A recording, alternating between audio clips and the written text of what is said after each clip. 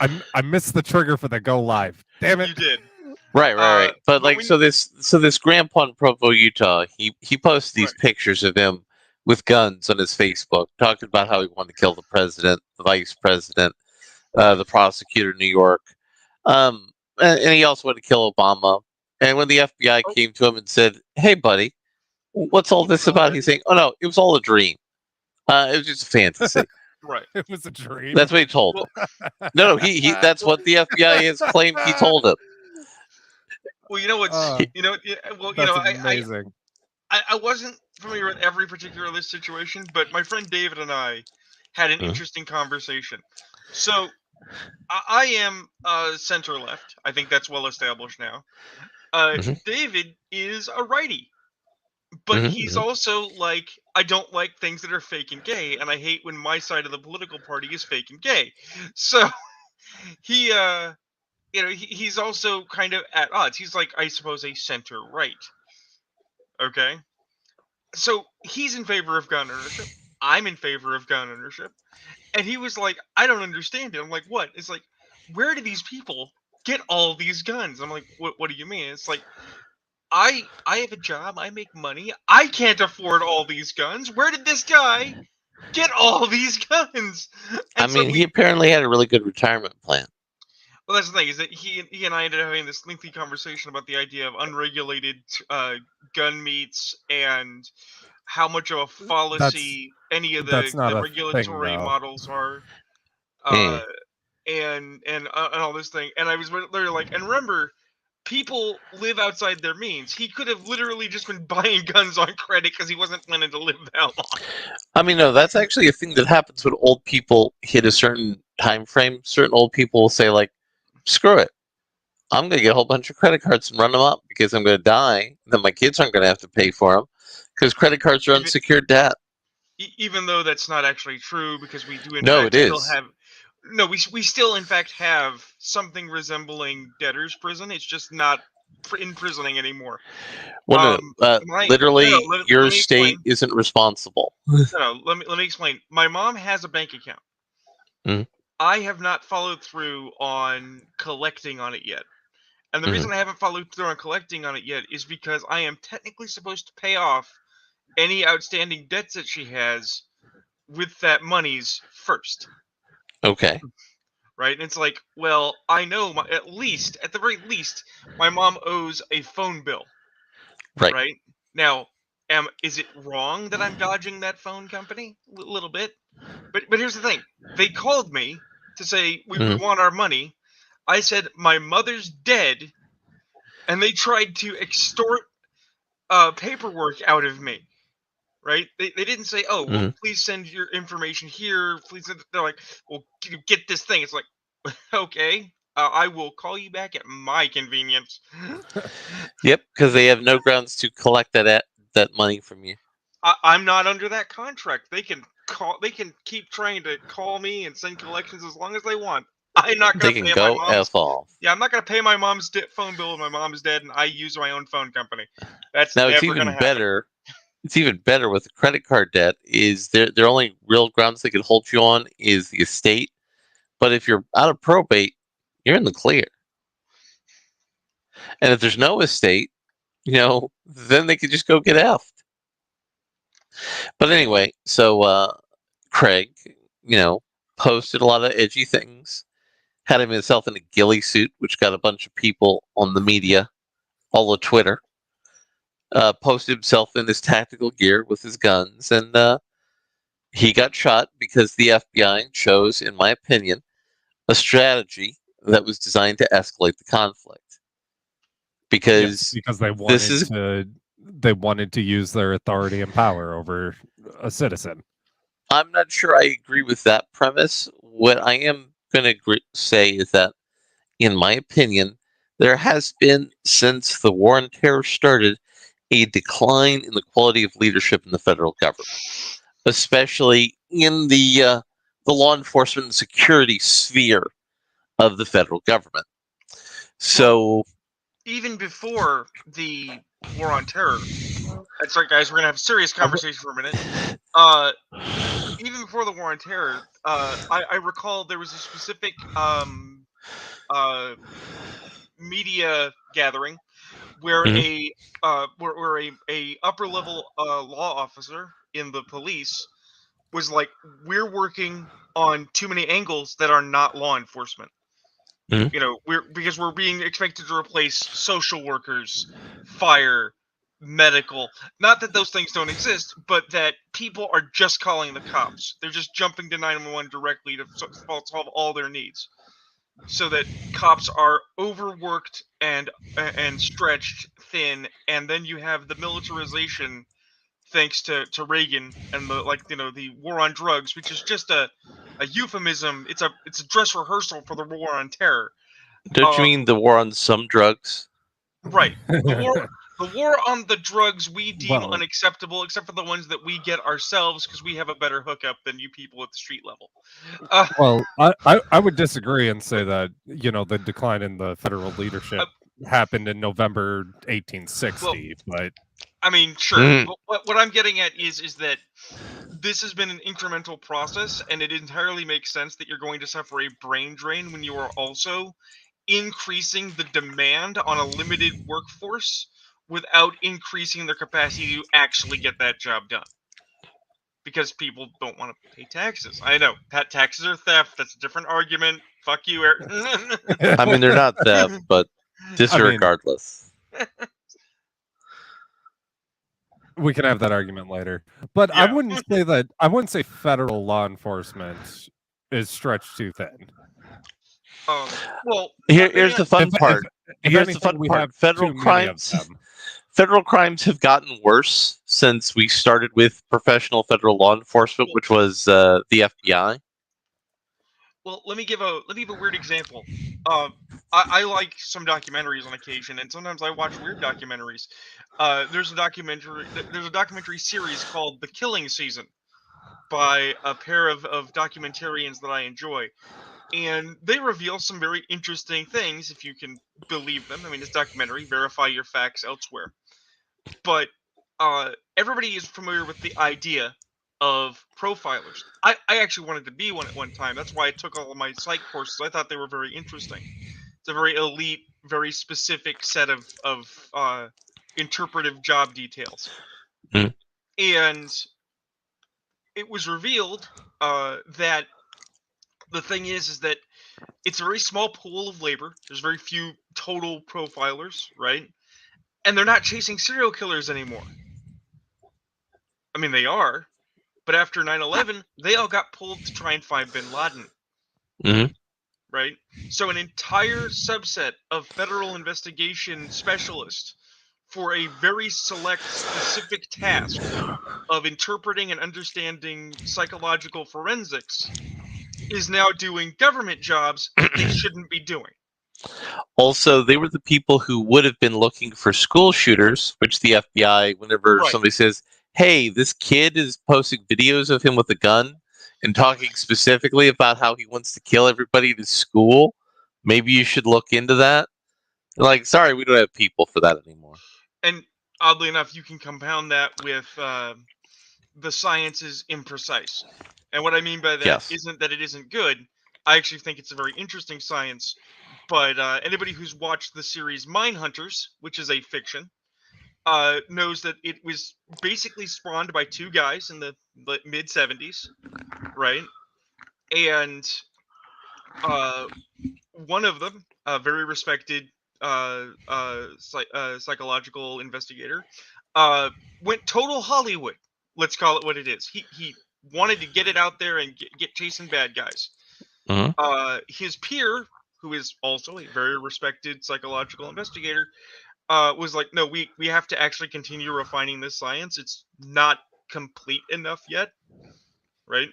So I mean, it's a working model, but it's also soft science. It's not any kind of proved beyond a shadow of doubt, which is why it was also deeply, deeply fucking undone by Henry Lee Lucas when the FBI Mhm. decided, hey, let's get rid of 30 years of unsolved cases by putting them on one asshole who will just agree to anything. And also, it's right up there with the polygraph, which has some value, but it's not really scientifically rigorous. I'm going to say something silly. I love the polygraph, and not because I actually like it. I think it's stupid. Okay, but They're I fun, love though. how people. I love how people believe. It's like, well, he took a polygraph and he failed. He must be guilty. It's like there's a reason these things are not admissible in capital cases. Or just because he took a polygraph and passed. Like, okay, right. and Just because the cops convinced you, well, take a polygraph. It'll prove something. It's like, no, it doesn't. It's not usable. It's not legally admissible. Not only that, every single Soviet spy who was polygraphed, who worked in the FBI and the CIA, passed their polygraph. Every single one. Yeah. Yeah, they're not that hard to beat. You just because you have to set a baseline first. So if your baseline is all over the place and your answers are all over the place, there you can't prove anything by it. They're so easy to beat. Well, it's one of the interesting things. My psychology professor was former CID. And admittedly, now that I'm not in his class and it's been many decades, CID is semi a joke. But he was a cool guy. And he did as a classroom example, he showed us how interrogation techniques work. Not aggressively, not like damaging people, just like in 10 minutes or less. Okay, kids, we're going to take the crippled boy and we're going to waterboard him. No, that's the thing. He didn't choose me. I actually asked him, hey, why didn't you pick me? I got my hand up. He said, because I knew that you were going to be a problem. I'm like, what? Because the thing is he picked someone who was eager to please, somebody who follows authority, right? And was like, okay, now you're gonna try to withhold information from me. And she was like, okay. And yeah, he got her to crack real fast. Because her nature being a woman? She was like running start. She was 15 in college. Right? Oh. Very much I do what authority figures say, and I do what adults expect of me. Yeah. Right. Well, but also like women tend to be more agreeable. So. Sure. But one of the things that I noticed, which is why I spoke to him after class and why I remember the conversation, was because I was like, well, you don't actually have to answer the questions. You can give neutral or no answer. Right? And that's the thing, is that the interrogation techniques work, not the enhanced interrogation. That's scary bullshit. But you can work people up and work people down socially to get what you want out of them. It just takes a good goddamn long time if the person in question is actively resistant and knows how to stay calm. And it is very much the same with a polygraph. They can say, give only yes or no responses. But you don't have to react. It all presumes that you have a multitude of subconscious responses that will out you. Right. It's the same thing as like hypnosis. It works on a certain mentality of people. Right. Hold up. Have either of you been hypnotized? No. I have not. I would. I have. I'd let somebody give it a go. I have. So hypnosis is not what you see from the television and the movies. Well, I mean, first of all, should it not be more accurately called mesmerism because it was developed by Mesmer? So basically, you get brought into a hypnotic state, and I had trouble getting into a hypnotic state. I was in a group of people who were doing hypnosis as a hobby on the internet, and as a hobby. No, I'm just a hobbyist. I'm not a professional. No, like there are people who get into hypnosis for adult hobby reasons, and we'll leave it at that. Oh, okay. And I was having trouble with some of the self-hypnotic thingamajigs. So this person was working with me to kind of break me down a little bit, and she was finally able to get me to a suggestive state. And you're asked to do something or say something, and you're just agreeable to it. You're just like, yeah, sure. Hey, Ayrton. Yeah. New shirt for the store. I'm not a bikini inspector. I'm just a hobbyist. Okay, I see the premise. It needs some tweaking. Mhm. But So today's show we're starting off political, and we got another bit of political topic because it's been the hot thing on the Twitter, talking about the old grandpa who couldn't walk to his church, which was 200 feet away. He had to drive in his truck because he was old and broken down. But it took a dozen FBI agents to put him in a pine box. Now let's have something that's going to make Rune even angrier. Well, considering that Dead Grandpa did not make me angry, I'm still starting at 0. But carry on. oh, just you wait. And it's also the British, which I just want to say before we start, I don't care if you're British, just don't do it in front of me. Look, people can You be know? British, just don't expect me to pay taxes without representation. So you can hit the play button and make sure we get the music or the sound.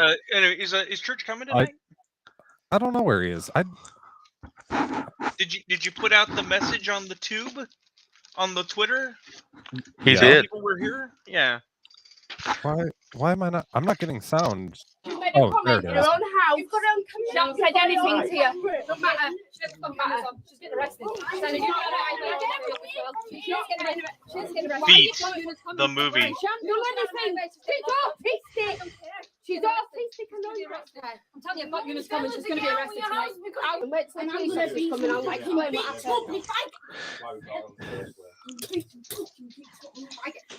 Calm down. She's autistic. Can you stop staring at me? She's got autism. Can you just stand there? She's in a cupboard. She can't go anywhere. She can't go anywhere. Stand there, dear. They're going to remove her for what? With your woman. Think she said the word lesbian. Her nana is a lesbian. She's married to a woman. She's not homophobic. Look what you're clenching your fist. Go away from my teenage daughter. There is something wrong with you, mate. This sounds like a very unfortunate situation. It's not a homophobic. It is extremely unfortunate. I didn't mean to pause it or interrupt her or anything, but is this person actually having a psychological moment? No. We're going to get into more detail on that. Ayrton, I put the official statement from the British Police Department that is currently being ravaged on Twitter. All right. So I'll hit play and get that synced up. All right. Here we go. If you want to bully people, you just get one of them badges there. That's what you do.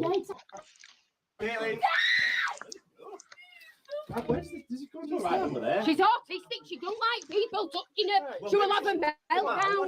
She won't come out. She's got autism. I'm Lisa. So she can come out. We're trying not to do this, aren't we? We've been trying for a long time. But she hasn't done nothing wrong. That officer out there has assaulted me for no reason. She's got autism. She's autistic now. Wait, autistic now? Like she wasn't before? No, they told the cops she was autistic before. She made a comment to me, and the officer ran in my house and assaulted me and tried to get to my daughter for no. If you want to make a complaint about any of it, that's I am going to. I am going to. Yeah, because it is on, and she has. She was full of rage, and she ran in the house and she barged me into this corner.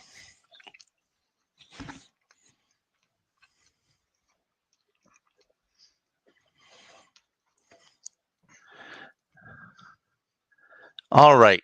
I'm going to read the official statement from these cowards in West Yorkshire, which all my British police say this, my British friends say this demonstrates why Yorkshire is terrible. West Yorkshire Police Assistant Chief Constable Oz Khan said, "We are aware of a video circulating on social media, which, as often is the case, only provides a very limited snapshot of the circumstances of the incident. Officers had their body-worn video cameras activated during the wider involvement of this young girl, which provides additional context to their actions. We have received a complaint in relation to this incident, which is currently being assessed by the West Yorkshire Professional Standards Directorate. While the ongoing process and the active criminal investigation limit our ability to fully discuss the incident in detail, but don't worry, we have the details. We'll discuss it. We feel it's important for people to have some context about the circumstances. From 12 a.m. on Monday, August 7th, police received calls from a family member of a 16-year-old girl who was reportedly intoxicated and putting herself at risk in Leeds City Center. So, the 16-year-old was getting drunk in town with her friends. This is a thing that children have been doing since there was a legal drinking age. Officers attended at about 1 a.m. and drove the teenager to her home so she could be appropriately looked after. This is the police officers doing the correct thing. Upon returning to her address, comments were made which resulted in the girl being arrested on suspicion of a homophobic public order offense. The nature of these comments made was fully captured on a body-worn video. That's correct. She said, "Hey, you look like my lesbian grandma. Are you a lesbian?" Oh no. Well, When the girl eventually was fit to be interviewed, that interview took place with an appropriate adult. She was later released on bail, pending further inquiries and advice from the Crown Prosecution Service. I do hope the Crown Prosecutor says, listen, we're dropping these charges because this looks terrible. West Yorkshire Police takes its responsibility around the welfare of young people taken into custody and around neurodivergent very seriously. No, based on this video, you most certainly do not. We also maintain that our officers and staff should not have to face abuse while working to keep our community safe. So here's a question. Saying, hey, are you a lesbian? Or you look like a lesbian. How is that a homophobic slur? Because it's the UK. So there are two things. There are two factors going on here, and no, I'm not mad. This does not make me mad. This is just another day in paradise to me. I'm not mad. I'm big boned. Did you just say another day in paradise? You might want to check your phrasing on that. By the way, Church, before you got here, we talked about the grandpa in Provo who got gunned down by the FBI. I didn't see that. So the first step is, even from this video, the cops were in control. The cops were not out of control. But if the government has these anti-inflammatory slander laws or whatever the fuck they're called, that are fake and gay, because again, that is our byline here. Mm-hmm. Well, I mean, they do, but here's the catch. Right. It's not for things you say freely and in public. Right. That's not illegal. Now, if she had called that police officer a lesbian on Twitter, that would have been an entirely different thing. Right. That's the thing. Now, various people are calling that police officer a lesbian on Twitter right now because of this incident. That's the thing. A drunk child said something stupid, and they could have done the smart thing and said, "Don't say that. Dry up, you drunk." Instead, decided to arrest her. Were they also the police officer? Yes. Did they have to? No. Also, not only did they arrest her, she went to get backup to arrest her. Right. But see, there's another component here. It's why I'm not mad. It's why I just go, "Yep, that's England." Just reminding people, because this is a hot button issue in the United States, they don't have freedom of speech in the UK. They do not. No, they don't have freedom of speech in the UK. Technically, in pure technicality, you can be arrested for almost any reason as long as it violates the common law, up to and including talking shit about the king. Okay? In our country, you can be a drunk dipshit and say that the cop looks like a gay lesbian, and the cop says, "Don't say that. You don't mean that," and let you go home and sleep it off. At least they used to. Any of you little dipshits out there wandering the internet who happened by our stream, our podcast, and you've decided you're going to take one for the team by finding the bigots. First of all, welcome. You found us. We're in the tall grass. Brian James, you said exactly what's on my mind. I keep remembering that scene from SLC Punk where they go, "Anarchy in the UK." Right. But secondly, I hate to tell you, this is what happens if you say we don't need the freedom of speech. This is what happens if you invalidate it. If the freedom of speech goes away, this is what you fucking get. I love the freedom of speech. It's a privilege, not a right. Let's keep it one of our unalienable rights so we can continue to enjoy the privilege. This is what happens when, you aren't successful during the Troubles. This is what happens when you don't destroy the team. This is what happens when you fuck a stranger in the ass. Oh wait, what? So, fuck ass. I have another good piece of content. However, hi guys. Hey, Church. I have another good piece of content, but I'm If going to you have came in to. right when we're Fed posting, you might want to leave for another 20 minutes. Oh yeah. No. So the next bit of Fed posting is going to involve something from your friend and mine. Well, I mean, he's not your guys' friend, but he's friendly to me. Ethan Van Sciver talking about Patrick Tomlinson, and I just sent that image over to the group chat. Wasn't so you he? can pull that up there. Wasn't he friendly with Patrick Tomlinson for a while? Well, I mean, he wasn't. He tolerated Patrick until Patrick started threatening to sue people and put them in jail for slander, and then Patrick lost the case. Didn't Ethan Van Sciver threaten to sue people over Comic-Gate? Well, he didn't. The people then tried to sue him and lost. So Patrick Tomlinson denies having contempt of court hearing on the 24th and tells everyone they're going to prison. He does have a contempt of court hearing on the 24th and will be going to prison. So I was wanting to touch base with that little bit of story. So Patrick Tomlinson is an insurance salesman turned sci-fi author, and I'm going to be reading from the reference guide to Lol Cows, Kiwi Farms. Can I just comment real quick on the last part of this post, real quick?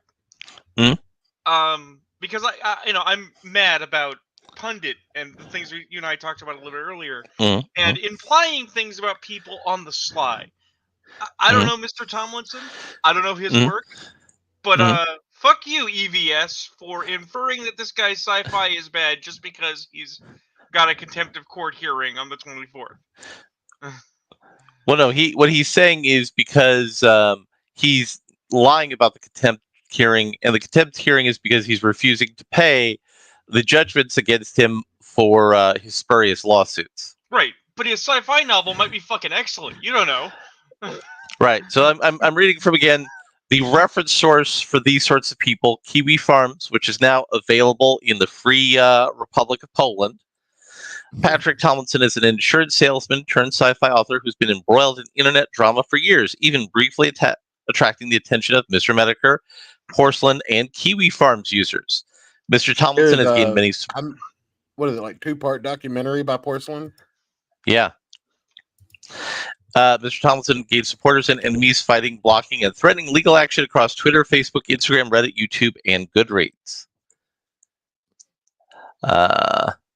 And I'm just trying to get to the core part here. I'm sad now. Someone who I respect is like, "Oh, cool! You guys are having a podcast. Give me the link." I'm like, "Oh no!" Give him the link. We're done Fed posting for the night. I'm going to. I'm going to give him the link. I'm just saying. We're transitioning. Oh, no. I'm just saying. No. People that I actually respect what they think of me want to see me be at my worst. Actually, I'm gonna. Larry said the secret word of the day. I drink copious amounts of hard liquor, and these motherfuckers get one beer in them, and they get fucking wild. But me, I'm just like, I don't want to fucking express what I'm thinking on the internet. It'll get me locked up in fucking Guantanamo Bay. You'll fucking think that I'm the next Alex Jones out here. What the fuck are you doing to me? I don't like that they're making the Transformers gay. Well, that is the main topic of the evening. Well, look. We can't make the Transformers gay because Transformers have male and female input. My pronouns are they, them. No. Your pronouns are it, that. Fuck you. Wait. I think Ayrton just cracked the code. We shouldn't even have to do a show anymore. We can just put one of our reruns on, and it'll be equally as bad. But I was gonna say, no. If you didn't notice, I'm still so proud of that edit. By the way, I love it. But I love. But I was gonna say, if you didn't notice, my name has changed. My caffeine levels are rising. Today my coffee pot broke. My coffee pot is dead. But for the podcast, I ordered dinner and I have caffeine giving fluids now, so I'm gonna be mellow. I'm okay. I'm not gonna be cranky and decaffeinated and contemplating murder. It's not gonna happen. So Patrick Tomlinson until we get to that food bit that you guys are gonna undoubtedly bring up. So Patrick Tomlinson attacked such individuals as Norm Macdonald, Opie and Anthony, Frank Stallone. That's an awfully hot coffee pot. That's an awfully hot coffee pot. Sure. I'm just trying to find the actual part where they talk about his actual lawsuit, because he's got a whole lot of lol cow drama. Can we just talk about? Sorry, I just need to point out for a second. Am I the only one noticing that EVS is trying to do the Trump tweet dialect thing with his random? He's tweeting bigly. He's tweeting huge. Yes, he's doing the huge tweeting, and it's so cringe. He's doing not tweets. orange enough to tweet like this. He's doing tweets, and he's going to try and make Dillard pay for him. He doesn't play Walls and Magic the Gathering. He doesn't know. Are you wall-centric, Church? Do you do walls? No, I am going to build the Trump deck, which is Arcades and Walls Matter. Wow, nice. But I'm going to charge it to my Hispanic friend's credit card. I will be 100% certain to have all of my enchantments ready to go, because I can put my negative enchantments on your walls. Wait, so do you guys think that Trump's favorite DC comic book character is Amanda Waller? No, his favorite character is the Living Wall. So feel the hatred flow through you, Larry. Okay, hold up. I found something that we can start with Rune's Anguish with. It's the latest porn from Baldur's Gate 3. Fuck! I felt pain, so now Rune must. No! Are we allowed to put this on screen? Yes, it is fine to put on the screen. It's not explicit. Man, I've it just implies something. It just implies something explicit. I mean, how are they gonna literally trump what I found out about last night? You know, I was about to go make an old fashioned, but I feel like this is a shooting liquor This time actually tonight. isn't the worst. This actually isn't the worst. This is just fucking offensive. Okay, so here's the thing. I have friends who own this game. Friends who want me to watch them play this game, and I'm like, no, I don't want to. And they're like, why? And I'm like, because this game is a joke. This game. But you're gonna fuck the bear and make me watch it. Right, but here's the thing. The reason it's a joke is because it's become the game where you fuck things. So in this order. Here's another one, Ayrton. Here's another one, Ayrton, to put up. Finish later, because you're gonna love this. So everybody knows about the bear, because you can take the vampire twink and fuck the bear when the druid bear ships. Okay. And I found the hobgoblin that fucks an ogre, which I never wanted to fucking see. And then I found this, where you can apparently be a gnome and get blown by a drow, which is disgusting. But the one that really crowns it is you can apparently fuck a mind flayer. Oh yeah, no, that's the link I just posted in the side there. So Ayrton, pull that one up. Now, also, Rune, you're about 15 years too late, because the first game you could fuck everything in was Fable. Yeah, but see, Fable isn't D&D. Fable is distaff fantasy garbage by Peter Molyneux, who's already a piece of shit. Right, but then after you fucked them in Fable, they might call you Narty. And if they didn't, you could kill them for it. But here's the thing. I need to dig deep into this holy image. Shit. I totally misread the line that's highlighted yellow. I thought that said, would you mind parting those testicles? For a second, is how I read that. You might as well. Anyway, here's the thing. This is an opposed law tweet. Here's the thing. See, I'm going to put on my church hat for a minute. Okay. Every so often, hold on, I have to get the Redditors to back up. Often we talk about stuff, and according to Church, I sound like he does when he talks about magic. Okay, so let's dig deep into what's wrong with this image. At the start of the game, you are on a Mind Flayer ship, and you are implanted with a Mind Flayer spawn, which is going to turn you into a Mind Flayer, which is a horrifying death. Okay? And then we are expected to believe that you can encounter a Mind Flayer, right? That you can romance the Mind Flayer, that you have this fucking dice roll where you use intelligence history to determine where you can kiss it, and that you are then going to ask it to move its tentacles aside, this thing with a giant, exposed, pulsating fucking brain, right? So you can put your mouth on its mouth inside the nest of limbs it uses to grab skulls and suck brains out. This is literally putting your face in fucking murder from the people that are trying to kill you. Why the fuck would you fuck a mind flayer? That's well, not you're going to be you're going to be a mind flayer soon anyway, so you want to produce some more worms to implant in people. That is not how that works. Because they're parasitic. I think you and me have sex in very different ways. If you're actually because they're parthenogenic. Because they're parthenogenic. The other problem is, I hate to tell you people, they're not mammalians. They don't have dicks. They don't have the goo. They don't have anything you can stick your whatnot in, unless you want to stick it in their murder maw.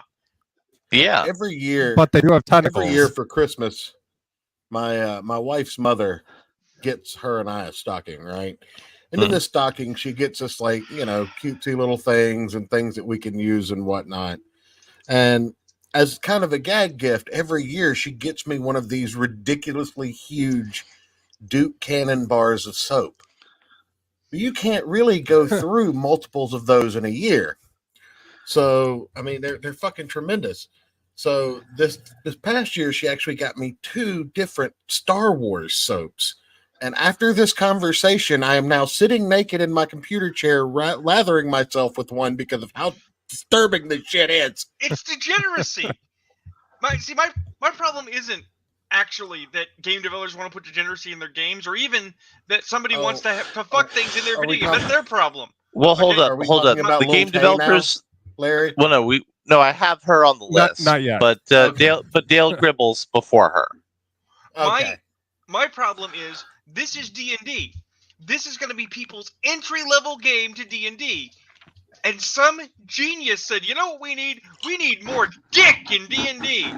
That's what we need to show people. We need more fucking in D&D. We need more disabled dick in D&D, Rune. It has to be wheelchair dick. Hey, look. If with every copy of Baldur's Gate, some chick comes to my house and gives me a blowjob, I might change my mind. But since we know that's not going to happen, there is no disabled dick in this game. What if it's a mind flayer chick? Look, what I do in the comfort of my house is my problem. Changed your tone real quick there, didn't you, buddy? No, I actually didn't. I just don't want to. I just don't like to plan too far in advance because words like premeditated get thrown around. Rune, there's a problem with your thesis here, because my first entry into doing a tabletop game, my character stuck his arm inside a interdimensional vagina to try and finger it. Yeah, but here's the thing, Ayrton. You were not rewarded for that. We didn't go out of our way to give you attaboys for it and tell you how stunning and brave you were. Okay? It was stunning and brave, though. It was stunningly stupid, and we actively told you so. We saying. had a good laugh at how fucking overly retardedly bad your character's decision making was, and you paid for it. And remember, at the height of that campaign, you fucking died. Yeah, I got blowed up. You got blown up. But I'm just saying. It starts with fingering in extra-dimensional space and ends with death by fire. This was not a positive experience for you.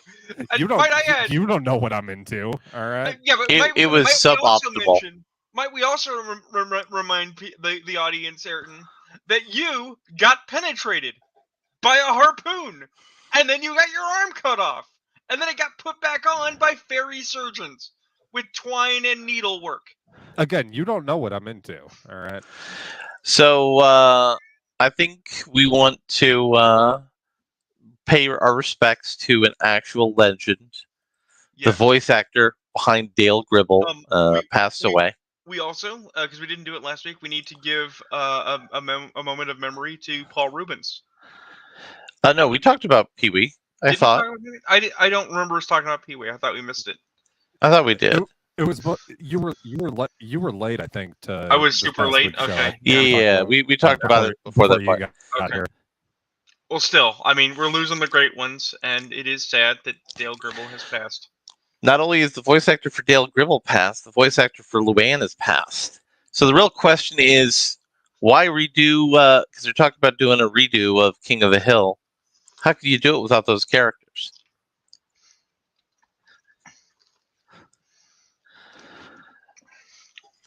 I mean, are we to believe that Dale's voice got better when he quit smoking? No.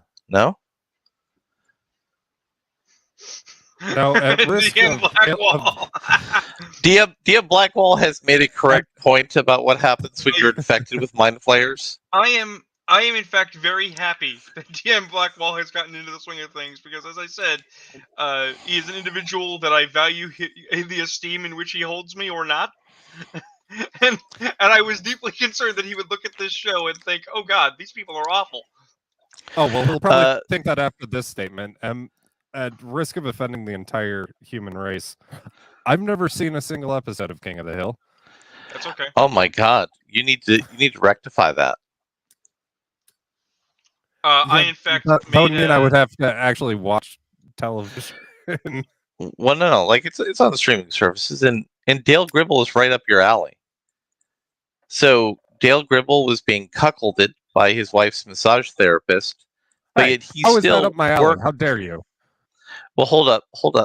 And yet, when his wife's massage therapist needed his help to blackmail the government into giving his tribe a reservation, he helped him because it was taking down the government. Oh, okay, based.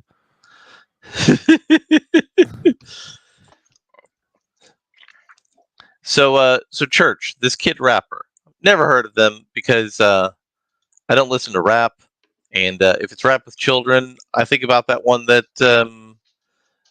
what's his face, the guy who peed on people,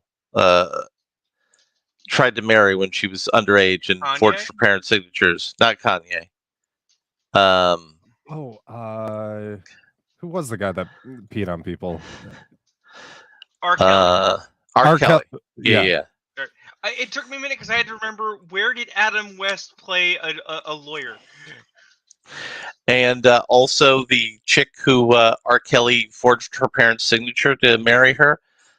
She went on to play the Queen of the Damned in the sequel to Interview with the Vampire. No. Yeah. No, that came first. No, I'm saying when she was little, I think it was R. Kelly, forged the signature to marry her when she was a minor. She was like 14, but Yes, he you're forged the talking document. about Aaliyah. Yeah, forged the documents to say that Aaliyah was like 16, and thus legal to marry. It's a bad time. So, Church, Lil do you Tay's know not a about this Kid Rapper? She's Okay. not a rapper. She's a flexer, and she's What's a flexer? She's akin to a bad baby. You remember that chick that was on Dr. Phil, Cash Me Outside? Yeah. Now, that girl became a rapper, a bad one, but she did become a rapper. But Lil Tay okay, so is so a genre what's her gimmick?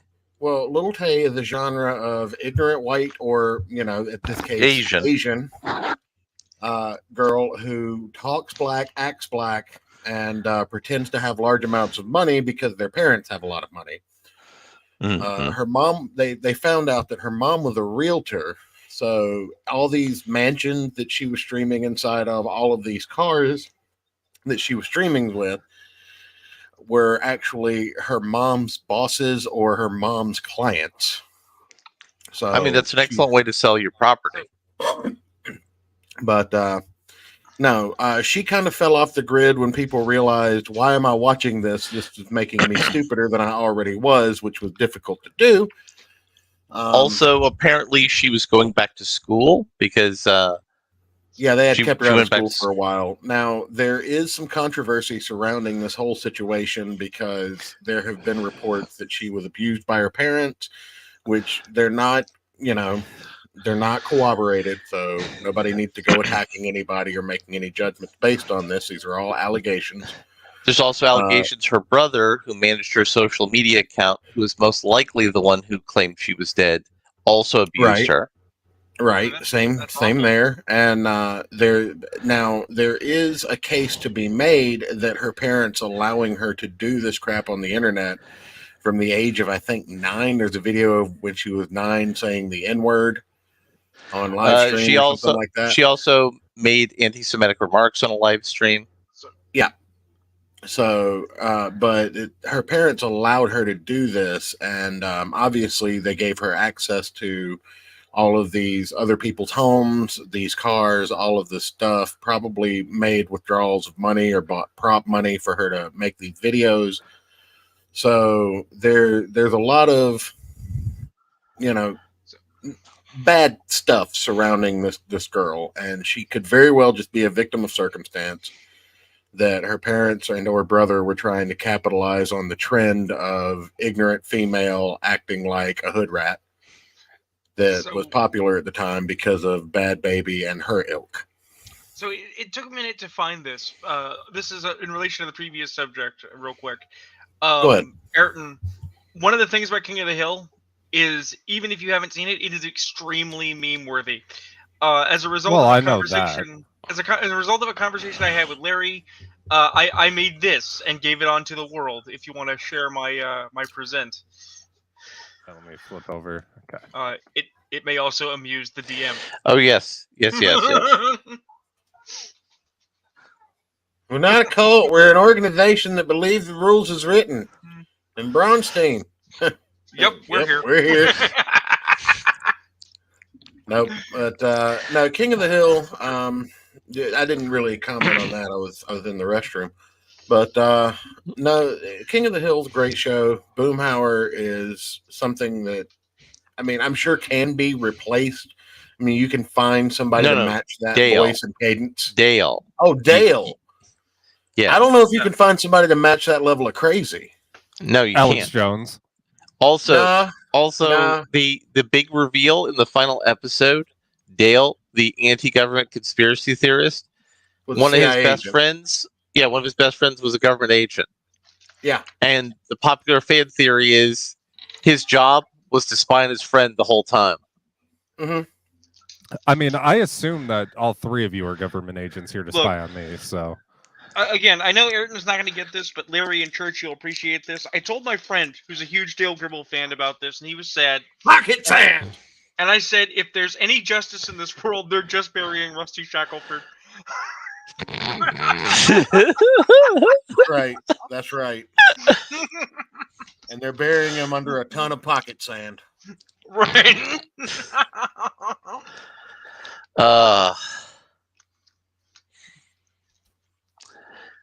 So I got something else. Let me see. Do I have anything else that was good, or do I have to see what the rest of you guys have to hold up the rest of the show with? Well, I was under the impression. Oh, I brought nothing to the show today. Oh, so I was under the impression from conversation in the chat that there's going to be more food for me to yell about. I mean, I'm sure Ayrton has something like that handy. Let me see here. Beef, that's a labia. Oof. That would at least be funny. The real question is, why are you washing your labia with bleach? That's not bleach, that's Arby's sauce. Oh. Fuck, now I need to look. Do I have... No, shit. I had a fairly productive week. Cussed out my boss. Cussed out the sales rep. Mainly because mainly just because I'm tired of people coming to me at 3:30 on a Thursday, right when we're wrapping up and cleaning the machines, and saying, "Oh, I need one more thing." I will mention, I did try to get my hands. I did nudge these guys to direct me to the reading material for last week so I could catch up. I'll forward it back to you. I got to re-upload it to the WeTransfer. That should only last for 7 days. Yeah, and then that means that you have to read it again. Oh no! No. That means I Rune just has need to read it. Yeah, I just have to read it. I also have to read it. But even as adults, we're bad at homework. I started playing Borderlands again, so you got that going for you. Let's see. My magic cards for my 9. Oh, I didn't tell you guys. I'm building 9 new decks to terrorize my playgroup with. Nice. Yeah. My friend Ty keeps demanding that I give her my slivers, and I'm like, no. Oh yeah, never give anyone your slivers. In fact, even if you don't play slivers, you should just destroy the cards. Oh no. I keep my cards, but I have some slivers, and I'm just saying. I'm saying if you don't play I- slivers and don't intend to play slivers, you should probably just destroy the card to keep other people from getting their grimy mitts on them. The thing is, I don't even play. I do have God. this. I do have this rune. I told you about my friend Barnhill who went to convention as a ratkin, right? Mm-hmm. Yeah, I'm sure Larry's heard this story, but you've heard it, right, Ayrton? Possibly. Oh, with the vanilla pudding in the mayonnaise jar. Yeah, he had a bunch of frosting actually in a jar, okay. and then I got 2 more things that are winners. If you click on the first Twitter link there, we're gonna learn about something very important and historical in D&D. Oh boy! You mean how nothing exists past? No, not that one. Not that one. Something even more important than that. Because the guy. I like how you just cut me off in the middle of talking what I was going to talk about. That was nice. Sorry. I thought you were done. I thought you'd finished. No, we were. I was I'm sorry about the 9 new commander decks that I have to terrorize my play group with. Then tell us about that. Right. So tell us about D&D. So there's a card. Rune might be familiar with it. Ashling the Pilgrim. It's it's a little fuck like red card that you pay 1 in a red into. You put 1/1 counters on it, and if it's the 3rd time you've done that this turn, it explodes and deals 3 damage to everything at the table, including you. Yep. That's pretty good, especially if you have Circle of Protection red up. Oh no, I'm not. No. Actually, when you're playing like board wide effects, like board wipes and things of that nature, protection doesn't encompass that. It used to. It doesn't anymore. This is why I don't play Magic anymore. COP might work because the damage is coming from a red source, but I'd have to look into that. But I'm not playing COP red because I'm not playing white. I'm just playing red. I mean, the logic actually makes sense because the damage is going everywhere. Whereas, it's like a grenade. Well, no, that's the thing. Goblin Grenade is targeted. Mm-hmm. You actually choose where it goes. So it's targeted red. Whereas this is a claymore that hits everything. It's point towards enemy, and you unfortunately are in the blast radius. But yeah, the purpose of this thing is to put 88 mountains in it and 10 other cards that just cause havoc and blow everything up as often as possible. And of course, I play fucking red elves. What are you talking about? But no, the second thing I put together was rats on bikes. So biker mice from Mars. I'm piloting starships with rats. Okay. Because magic is ridiculous and right. You got Thalia and the Gitrog monster, which I had to pull Armageddon out of because destroying everyone's land seems mean. Let's see. Put Tom Bombadil together, which is enchantments and sagas matter. That thing is ridiculous. I just want to put out there that having made that joke, I now have an idea for a Thopter deck called Tom Bombardier. Oh yeah, yeah. Well, Tom Bombadil's 5 colors, so you can, if you're playing Commander, you can build it with anything. Yeah. But that reminds me, back in the day when I was playing a lot more casual cards, I put together Snakes on a Plane, which just revolved around making snakes fly. Well, I have to ask, Church, was your goal to see how angry you can make people before they started screaming, "I'm tired of these motherfucking snakes on this motherfucking game"? Yes. Yes. But see, I took that to the next level. Now I have Sharknado the deck. Hell yeah. Flying sharks everywhere. I gotta ask, is it blue-red? Blue, red, and white. Yes.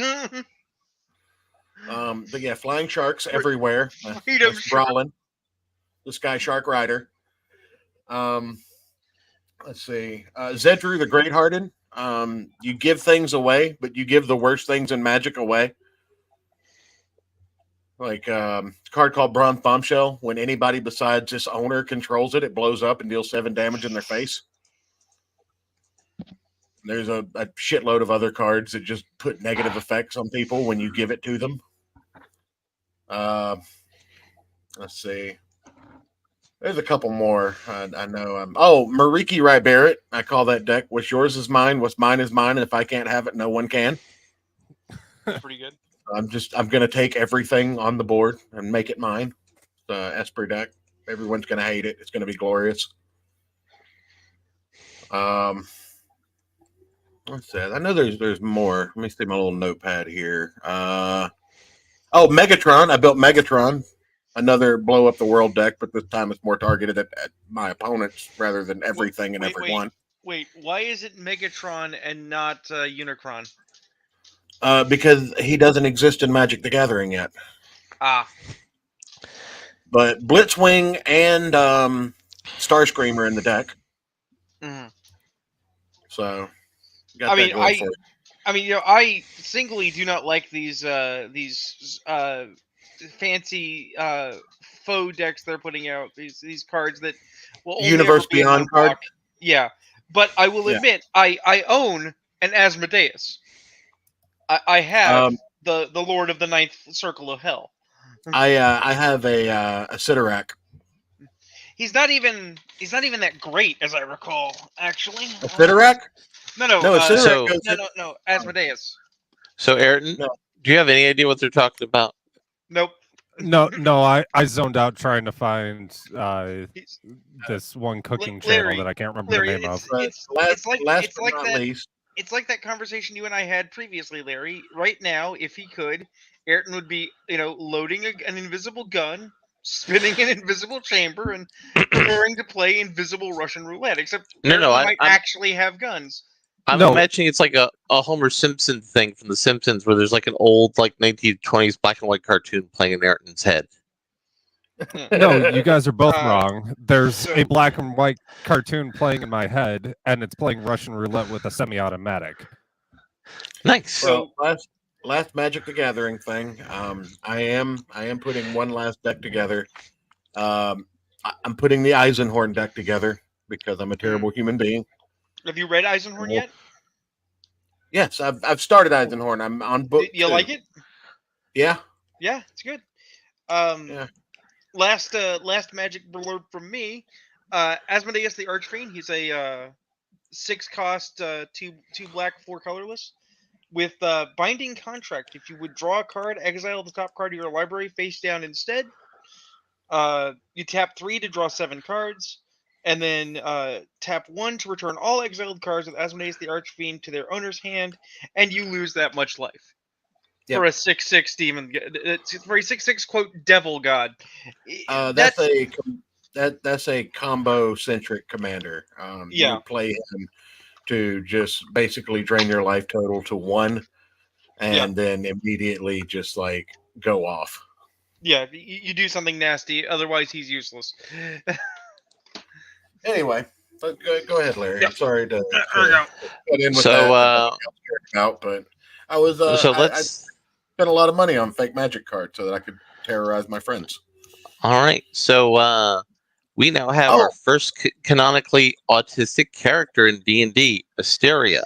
Real quick, this actually ties in with what you're saying. I did all that. I said all that to point out that I am proxying all of these cards for all of these decks. So over 1,000 cards are being created by a company that prints playing cards instead of giving Wizards of the Coast a single red fucking cent. Yeah, because they send me a giant box of cards, as I recall. Yes, because they've made the Deck of Many Things into a deck building game.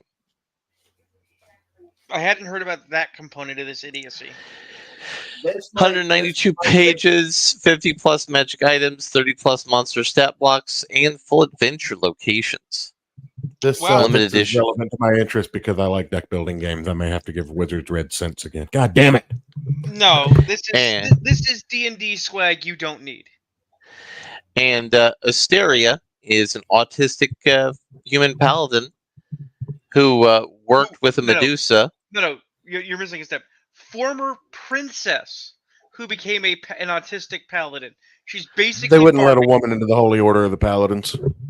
There isn't a Holy Order of the Paladins. Paladin is a class, not a specific organization, you Luddite. You know, You it's not. Luddite. It was an organization at one point. Maybe not in D&D. No, what you're thinking I mean- about is the Templars, and that is an organization, but that's different. It's also only one of multiple holy orders. They wouldn't have let a woman in there either. Well, no, they didn't. The last time someone tried, they set her on fire for heresy. Her name was Joan of Arc. But Asteria creates the deck of many things, which makes the deck of many things worse. But the second tweet, if you could pull that one up, counters the first autistic D&D characters with, well, what about these guys? Okay, I don't hold on. recognize all of these guys. So, Rune, if you can click on that link and can identify these 4 D&D characters. Give me a second. Here, I got it pulled up. I mean, I know who. Where are the orbs? That There's no orbs. Yeah, there's no orbs. So, I don't know who that is, and I don't care. Carry on. That's me in 20 years. I can see that. That's Raceland, but I don't recall him being neurodivergent. I just recall him being sickly because he's an Elric Wait. knockoff, but I don't care. Did you say that's racist? No, that's Raceland. Although it might be Also- racist that you think he's racist. Also, didn't Raceland change his gender a couple of times for fun? That's racist! Oh, well. Don't Hey, know, don't Gerard- care. I'm thinking that's a different D&D wizard. So let's next. No, you're probably thinking of Ed Greenwood's stand-in Elminster. Yes, I'm thinking Elminster. Right. So that's the broad from the art in the 3rd edition player's handbook, and I don't care. And the last one. That's the art from one of the covers of one of the versions of the, I want to say, the DMG, and I don't care. And I want to point out specifically why it's important that I say I don't care, because this entire controversy is falsehood. In the first, no, it doesn't matter who created the deck of many things. In And fact, no, saying you somebody don't- created it makes it Right. less special. And you don't get to retroactively add to canonicity and say, oh, it was an autist because reasons. Fuck you. All right. You want to talk about autistic characters from D&D? Halaster might be a little autismo. He's kind of crazy. That's why they call him the Mad Mage. Okay. Now, what about the severe lack of orbs? Because I feel like the orb guy would be slightly autistic. Orbs are missing, and this is a flaw. Because he's that's not hyper the thing. fixated on the orbs. That's but like an the autism thing, next- right? You hyper fixate on things. Yeah, No. those are his trains. Yes, Ayrton. But the next part is that with the exception of Raceland, who is a character from a novel series, I'm sorry, D&D is an RPG. You make shit up. You make shit up for your own game world, and you play in your own campaign setting, which is the acme of skill. Playing in the Forgotten Realms is for fucking noobs and lazy fucks. Nobody gives a shit about your canon. D&D doesn't have a canon. There isn't one. None of those wizards are autistic because none of those wizards are anybody. Actually, it is canon that I stole a pirate ship and crashed it into Baldur's Gate. Sweet, go with it. That's your story. You, That's your. But, you know, I feel like we have Rune, worked up enough that I do have a cooking video. Not what I was looking for, but Well, I do have one. I want to continue along lines about the thing with the deck of many things for a moment here. Oh, okay. So here's the thing. To me, in my mind, you shouldn't know who made the deck of many things. It should be a thing that is older than recorded history. And it should be strongly implied that the reason it's older than recorded history is the deck of many things caused a dark age that led to the end of recorded history. Am I wrong there, Rune? Okay, run that by me again. I'm sorry. So I think I had a stroke. So that the deck of many things should be something that is older than recorded history, and it should be strongly implied that it's older than recorded history because it probably caused several dark ages. It probably should not be a magic item. It should probably be an artifact, which means if it was not created by a divine individual or an infernal individual with a sick sense of humor, It was probably invented by a one-of-a-kind individual, and their name could, in fact, be lost to time. The thing is that, and this is an example of that normie tourist shit in D&D and why it's a bad thing. You shouldn't just be handing out the deck of many things. As it is said commonly in the right circles, the deck of many things destroys campaigns. Okay? It is literally rocks falls, everything, everybody dies, but in a worse way. Here's the thing. I ran a game. Our characters came upon a silent auction with a group of wizards. They were free to participate in this silent auction. They won the silent auction. Yay. What did they get? Each one of them, because it was a party, got a single draw from a deck of many things. My players began to sweat profusely. That's how you should feel. They didn't get to keep it. They didn't get to own it. It was literally, we're going to walk you into this room, we're going to lock you down in it like a vault, and you get to draw a single card from this box. Don't draw more. It's dangerous for you. My first question would be, can I choose to not draw a card? You could choose not to participate in the auction, certainly. Well, no. Like, if I had participated in the auction, can I go in the room and not draw a card? Or, would you like a gold equivalency to one card from a deck of many things? Mm-mm. Can I trade my draw for money? I mean, what I would say is I would participate in the auction to make sure nobody draws from that thing. Right. And here's the thing. Here's the thing, guys, over at Hasbro. That's an option. That's called role playing. That's an option that's not in the book. Instead of just drawing the card like an idiot, maybe you don't. Maybe you find a way to take that thing out of play so no one can use it because it's too dangerous for anyone to fucking have. Oh, I just found a high quality image macro of all of the cards in a deck of many things. So now I can use the same playing card website that I used to pirate my Magic card to make this deck. Nice. Okay, Rune. You have two options until I deep dive into this new trick I just found. Okay.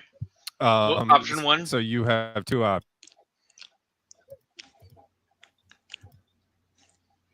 Okay. Well, what are the options? Did we lose Ayrton? Yeah, Ayrton.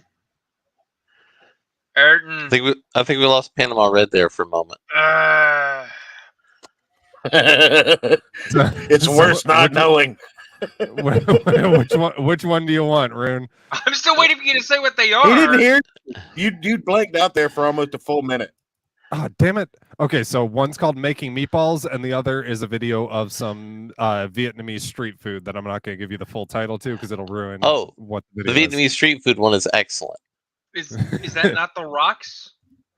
No, that was China, you racist bastard. Okay.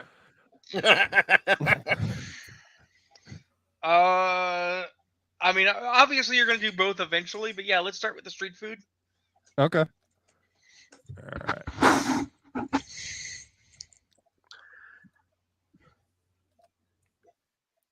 I'm just going to build a deck of many things. It's nothing but the void. Is that a turtle? Oh, yeah. It's gorilla pussy. And demonetized. I mean, we weren't monetized to begin with. It's not gorilla. Monetize it so you can take it away, YouTube. That's not that's not gorilla. That's apparently cow. And I mean, I think someone took the premise of we use every part of the animal way too far. Hey, it takes 75 minutes to cook, but 10 hours to clean. Oh, this is the shittiest joke. It's hilarious. Oh, good job, Brian James. Oh, just wait, Rune. Just look at that. This is less pornographic than Baldur's Gate 3. It is, and I mean he's clearly practicing. His ladyboy wife must be very happy.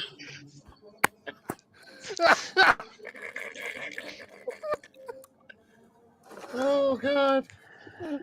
I love this video so much. Also, anyone of a D&D mind who is still giving WotC money, remember this when you play Planescape.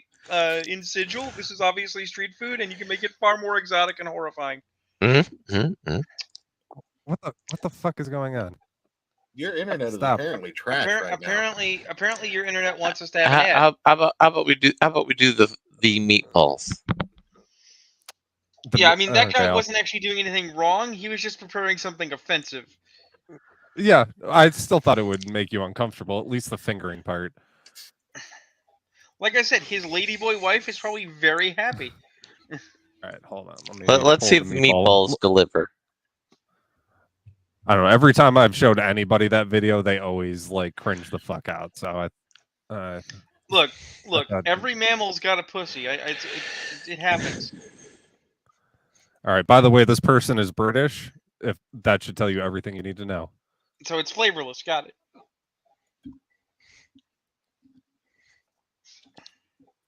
Actually, no, that's not true. Some... As you will know, as most of you will know, and I don't know how you know, well, you know fully. But we have had the house rewired. All right, good. Switch. So, sorry, what's that orange shit? They will be when they are cooked. That's egg wash. It's yeah. Yeah, but why is it orange? Because it's the yolk. British. And also, they don't have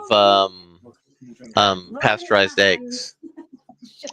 So in fact, in nature, they're not that bright yellow color. Right. Correct. I did not know that. Is she not cleaning this meat? Is she putting blood and all in this? This is great. I mean, technically, it's not actually blood.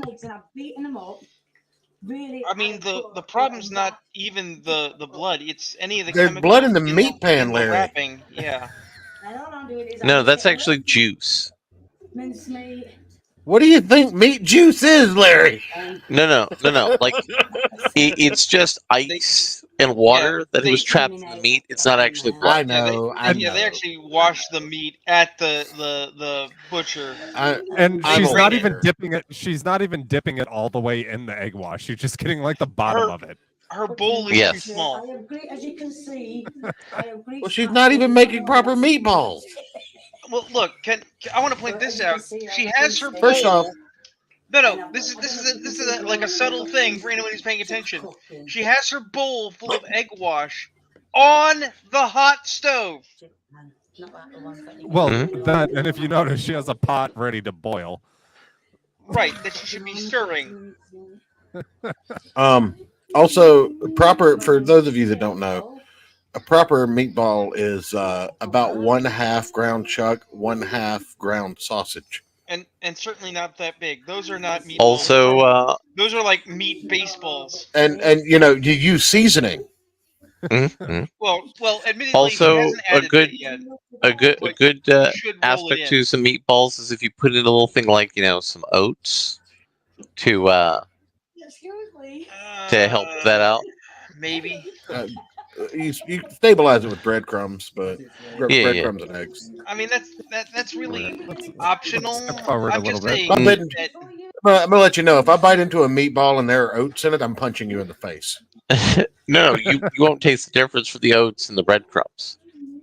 See, if we ever if you grind the oats, but if I find a whole oat like a fucking oatmeal cookie, I'm gonna punch you in the dick. Guys, if we ever actually do get off of our dead asses to gather for a convention, it's going to be a very interesting time because we're going to be able to play out those threats when we oh Jesus, oh my God, when we make our shared cooking. Can you reverse that back so we could look at that visual presentation? Just wait. So she put it in the oven. Rune, I want you to know this. If we ever get together, the only thing that's being cooked is possibly steaks on Ayrton's grill. The rest of it's going to be takeout to avoid any kind of confrontation like that. Oh no, I 100% believe that is true. Is that we will just go directly to takeout to avoid violence. There's always like slow cook or chili. True. I'm pretty good at making jerk chicken. If you guys like jerk chicken, I don't know. It's going to depend because we're all going to have different opinions on how you chili. I'm sure that I am the one that does it wrong. Do you put beans in it? I make my chili out of a can. Oh yeah, you do it definitely wrong. Yeah, but I mean, I do add things to it. I don't just have the can as is. But I'm It's still 100%. wrong. So I Yeah. understand. I understand where Yeah. you're coming from, and you get an E for effort, but Look, that's So- basically an F. I admit I'm wrong. Okay, that's the thing. So- I'm not so living hold in up. denial that the proper way to make chili is from scratch. So hold up. You want me to tell you how my mama taught me how to cook chili? Is it First- kosher chili? First, no, it's not. I converted, but that's disregardless. First, you chop up some garlic. Then you chop up some onions, and then you start. You get the bottom of your pan. Appropriate.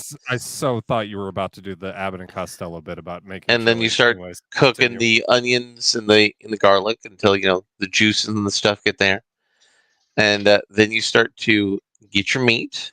I'm a big fan of a mixture of beef and turkey. Now I know that the turkey is a line for some people, and then you brown your meat, and you get the juices and the flavorings from the onions and the garlic in there.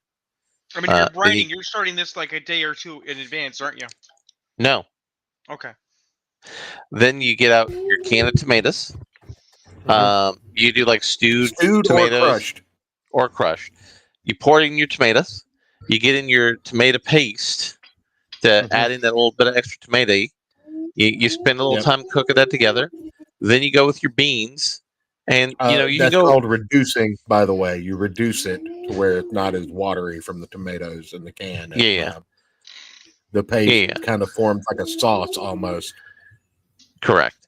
And now with beans, you got a couple of options. You can go with chili beans. You can go with kidney beans. You can go with black beans, or you could do all three.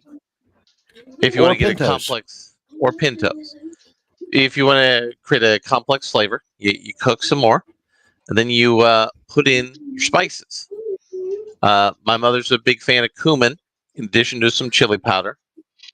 A little bit of paprika, some turmeric, and salt and pepper. And cayenne. That depends. If you're using Cayenne's real optional. peppers, you don't put cayenne in there. Cayenne's optional depending on what you're going for your spice composition. Here's the question I have. What are you ultimately putting it on? Or are you serving it as is? Cornbread. A bed of cornbread. Cornbread's an excellent choice. Rice is also a good choice. If you get some really good corn chips, it's another good choice. See what I make that is halfway decent, what elevates my shitty base of canned chili, is I make good chili mac. Right? And the reason I make good chili mac is in addition to, if you think you have enough cheese, add more cheese. Something that my mom taught me how to do, you seem like you would actually be a fan of the Cincinnati brand of chili. Possibly. Put that on top of some spaghetti. But the other thing is something my mom taught me how to do that when I do, people think I'm a wizard, is to get your chili mac really creamy, to give it a really smooth texture. In addition, You better not be waving your wand over top of it. No. In addition to cheese, you put a can of cheese soup in it. Huh. Interesting. The heat of the chili and the heat of the macaroni will flash cook the soup while you're stirring it all together. And the grease from the meat will also cut the thickness of the soup. Exactly. And it is actually really delicious. So another optional thing for the cook of the chili, you can also put in some of that Mexican corn. You know, the kind I'm talking about, like the black and gold corn stuff. You can put that in there too. At what point do you add the half a pound of habaneros? I generally don't go that hot.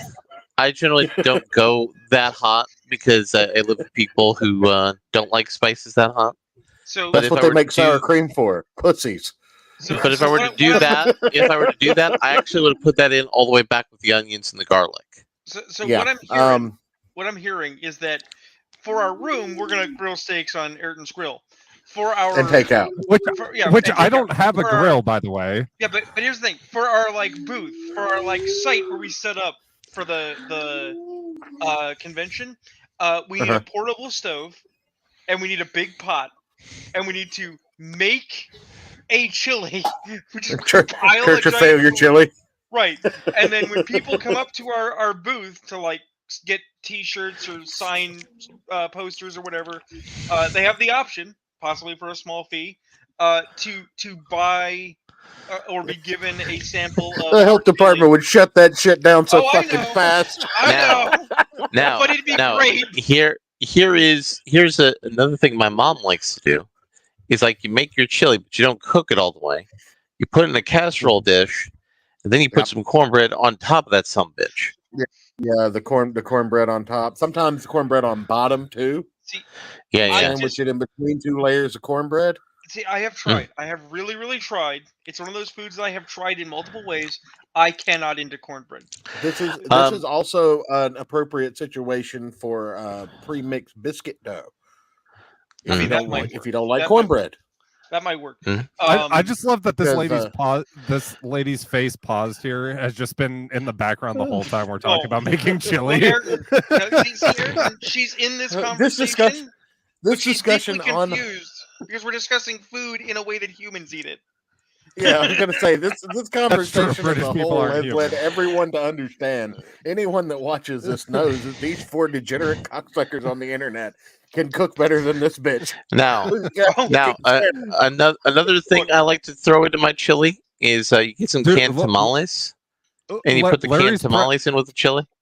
Larry's prattling on just so I don't actually show what she makes with these meatballs. Look, we all love Mama Rune. May she rest in peace. My mama told me 3 things a man must do to get and keep a woman if he ain't gorgeous.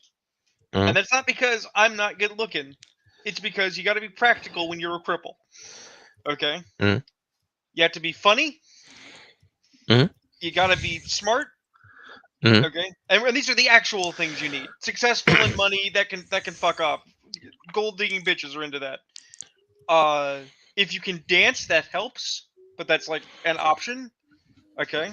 If you can clean, that helps, but that's an option. The big one is if you can cook her a dinner. No. My mother would never tell me eat pussy. That's between me and the woman. No. If you can cook for them, you can, they're yours forever. Now let me give you my father's secret for making hamburgers. Okay. So we can his get the you have to play while we see this disgusting food, and I'll talk about good food of that. So my dad's secret is you get some peanut butter, and you put the peanut butter in the hamburger patty. Can you pause it? Yeah. Can you pause it here so we can look at this? Not a lot of peanut butter, but just a little bit of peanut butter, so the peanut oil cooks from the inside of the patty out. It looks like she baked these with peanut oil.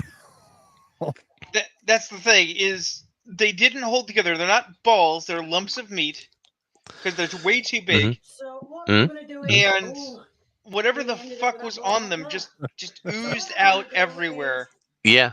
She damn near just lost one on the floor on camera. Good job. The fuck, lady? She's putting them back in the oven. She's not done. What she thinks they're not done? That meat is clearly done. I mean, she's British. It's not done enough. There's no beans there on might it. there might accidentally be flavor that meat. Look, my mom and I had a joke that was our common joke, and it drove my father nuts.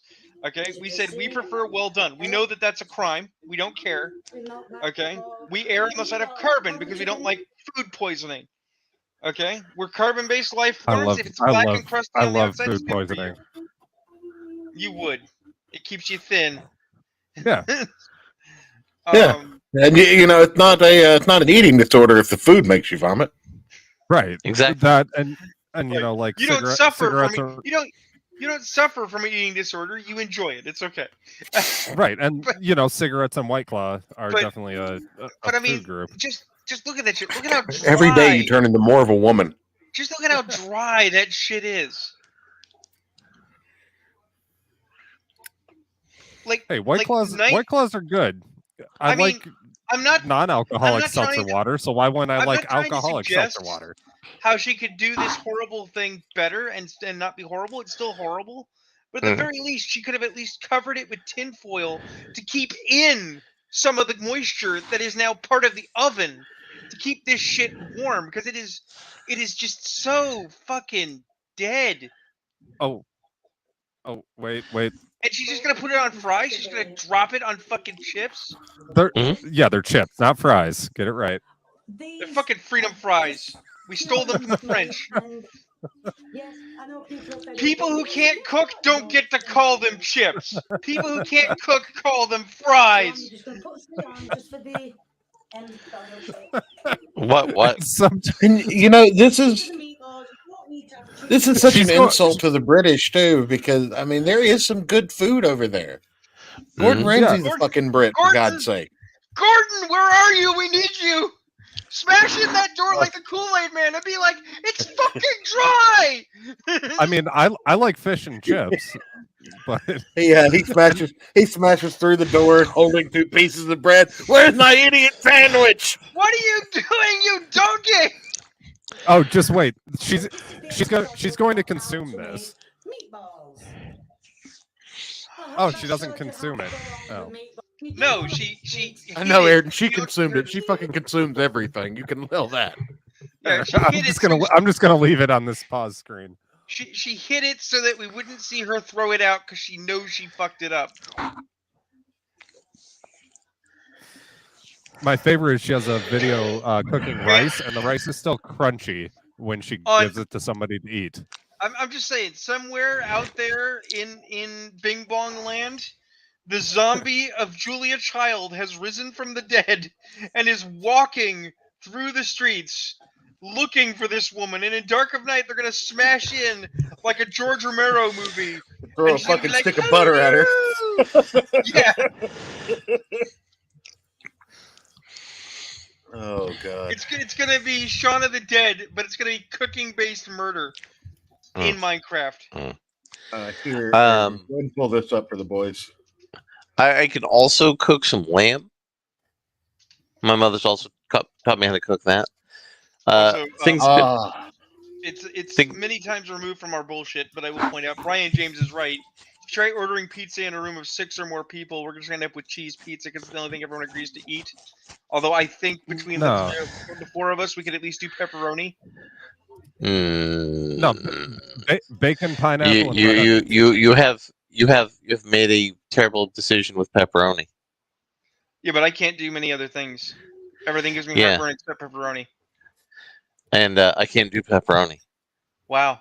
Yeah, bacon, pineapple, red onions. I also can't do bacon. No, fuck pineapple on pizza. Fuck you.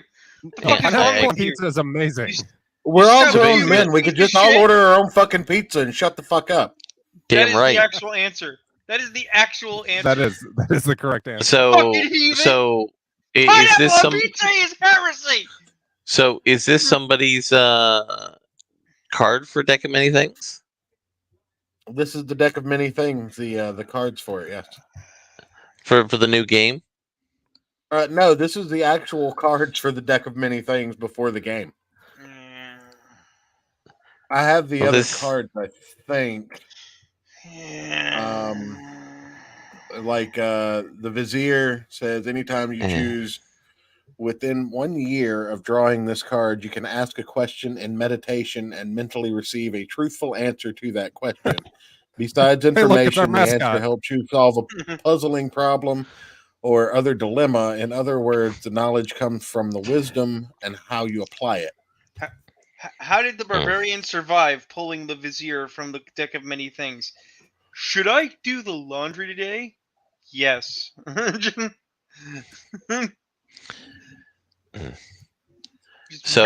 simple fucking questions. I have something good on the board for palate cleanser when we're ready to cleanse some palates. I believe it is that time. Hey, look, it's you, Rune.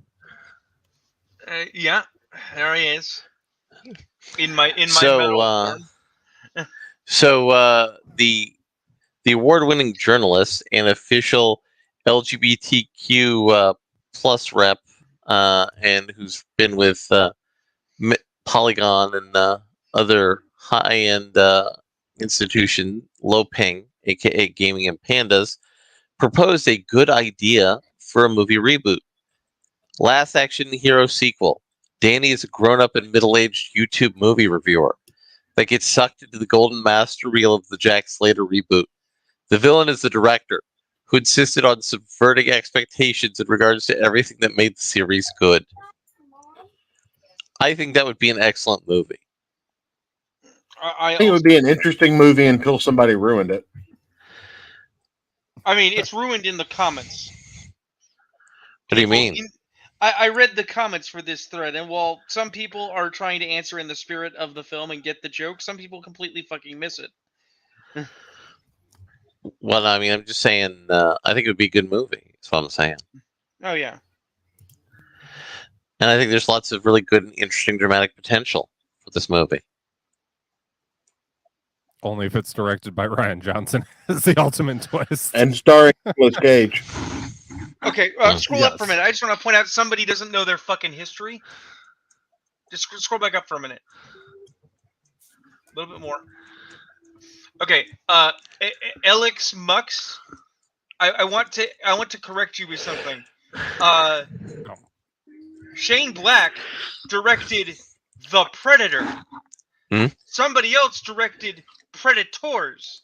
Predators was a good movie. The Predator was a Iron Man clusterfuck. If you're going to be critical, get your shit right. Now, in fairness, The Predator is what he was told to write by the studio.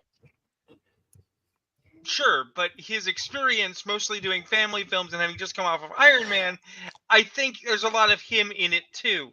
Remember, that's the movie where the magical kid creates the deck of many things to defeat Predator. Because autism is a superpower. Yeah, but I mean, let's talk about the full filmography of Mr. Shane Black, because it's relevant to this one, because he is a writer for things related to The Last Action Hero. He also did the Lethal Weapon TV show. He did Nice Guys, which is an excellent movie. He did Kiss Kiss Bang Bang, Lethal Weapon 4, The Long Kiss Goodnight, one of the best movies ever made. Lethal Weapon 3, The Last Boy Scout, Lethal Weapon 2, I've never seen and any Lethal of these Weapon movies. 1. The fuck is wrong with you, man? He also was an uncredited writer on the original Predator. Right, and he was actually in it. Yes. He has written can we talk a about lot of good movies. Anime hero saying Arnold is a black man this time, because that would be hilarious. Well, I mean, Arnold is old enough that they might actually have to replace him with a black suit. And Shane Black is currently slated to be a director of a Doc Savage movie. That's never going to happen. Well, it's the Doc Savage movie that is slated to star Dwayne "The Rock" Johnson. It's never going to happen. Ooh, some additional replies may be offensive. We've been trying to get a Doc Savage movie off the ground since when Arnold was still physically capable to do it, and it has never happened. The last time we had a Savage movie was in the, I want to say, the 60s. Awful. Now, I think the guy who played Jack Reacher for the Amazon show could be a good Doc Savage. Sure, he doesn't look like Clark Gable, but a lot of people don't. But I mean, he does look like a big, muscular guy. He also looks intelligent. He looks like the Doc Savage from the 1960s reprints. He can pull off the Widow's Peak.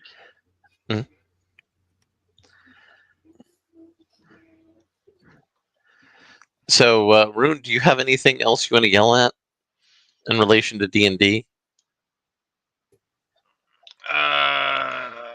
Were you guys talking about that? Oh, fucking hell. What's his name? Fucking IMDb. What's the asshole's name? I've seen him in something before. Alan Richson. The guy that plays Reacher in Amazon? Yeah. Yeah. What about him? I kind of hate that guy. Why? I don't think it's him. Big. I don't think it's him. I think it's the roles he gets. He's had lots of good roles. He's too fucking big. Okay? People that size don't just walk around in nature as fucking FBI agents. All right? Well, no, he wasn't an FBI agent. Sure, he fucking was. No, Jack Reacher's not an FBI agent. He's a former military CID. So he's a CIA agent then. He's a fucking special agent. He's a CID. He's a former criminal investigative You guys division are talking agent. like you've never met anyone that was former military. None of them are that focused. None of them are that well behaved. Most of them have alcoholism as a fucking crutch. Church. I'm gonna say some words to you that are gonna shock you. Okay, are you ready? So some media, not all of it, but some of it, is what we call a fiction. Somebody made it up, and it's not real, and it's for entertainment. I understand that, but see, there's something called suspending your disbelief that can't be done when it's so fucking out of bounds. Yeah, but also, what the reality of the situation would be. Also, we are led to believe by Tom Clancy that a man named Jack Ryan was actually honest on Capitol Hill. Fictions often do not meet our suspension of disbelief. Okay. Also, in addition to playing Jack Reacher, in addition to playing Jack Reacher, he also played Hawk in the Arrowverse set of TV shows. Yeah, that was believable. That poor guy. Because superheroes are supposed to be that big. And he played the surprise villain in the Fast and the Furious X. He was also Raphael in the Teenage Mutant Ninja Turtles reboot. And nothing of value was gained or lost. That doesn't mean it was good. No. If you haven't seen it, I actually love. I want to say it's a Polygon article of all things. Maybe Screen Rant. Somebody did an article where they were like, well, the new Teenage Mutant Ninja Turtles is out. You know, the one that's all woke and has the Black April O'Neil and everybody's talking about it. And they said, and the 1989... Yeah, and they said, and the 1989 one is still the best Teenage Mutant Ninja Turtles. And it's like, yes, true. Ninja Turtles 3, where they go to feudal Japan, is better than this one. It's halfway decent. I've actually seen that one. I liked it. I thought it was fun. I didn't understand what people were mad about. Oh, it's the worst Ninja Turtles movie ever made to that point. It is, but the thing is that when you're a kid at the age no longer of the worst Ninja Turtles movie ever now. Yeah, but the thing is, when you're a kid at the age of Ninja Turtle, you don't give a shit what you're consuming. You just consume. No, you do. As a kid, I knew that was a horrible movie and never watched it. I did not. I thought it was a fun time. I saw it in the theater. My parents took me to see it. I was like, yay, movie. But also as a kid, I understood the value of good entertainment, which is why I taped over Good Burger with the Power Rangers movie. I mean, as a kid, I also was firmly of the opinion that Secret of the Ooze was better than the first one, because Super Shredder. I don't give a shit about Vanilla Ice. Super Shredder. Vanilla Ice wasn't the main sell. It was Tokar and Razor. Right, but Super Shredder was a fucking treat. Which were an homage to Bebop and Rocksteady. Do you know who played Super Shredder? I do not. Kevin Nash. That's right.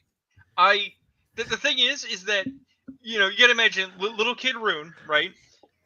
They throw Iruka Saki. You were never a little kid. Shut the fuck up. They throw him off a building. They crush him in a dump truck. Rune was born at 45 years old.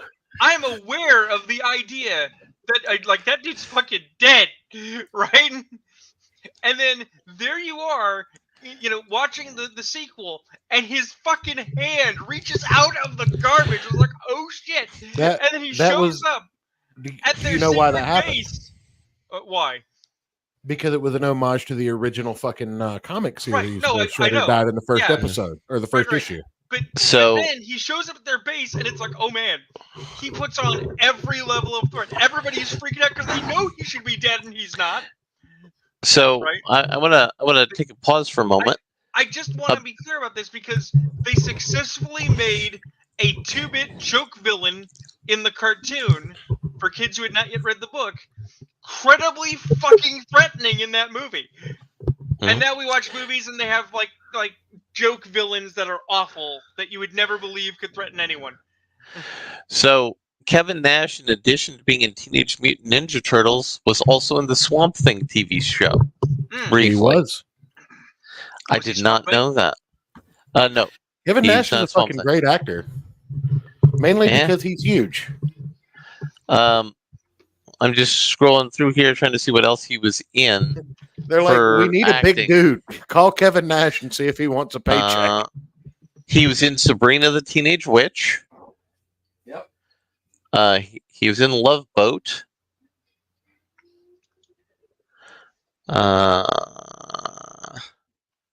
He was in The Longest Yard. Kevin Nash was the Russian in the 2004 Punisher. He was. You watched you watched him get stabbed for real and not stop. Mm-hmm. He played Odin in some Thor movie. Probably animated. Kevin Nash's Odin. That really should have been Scott Hall. If anybody's more Odin of those two, it's Scott Hall. Hey yo. Hey yo, Thor. I kind of want to see that. I kind of want to see a Norse myth-based program. He was also in John Wick. Where Odin He is was. a bit of a like a guy from New Jersey. He was in Magic Mike, of course, which is another big movie.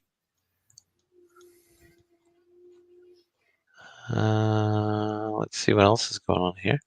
He was in Dog and Magic Mike's Last Dance. So Kevin Nash has had some good acting gigs.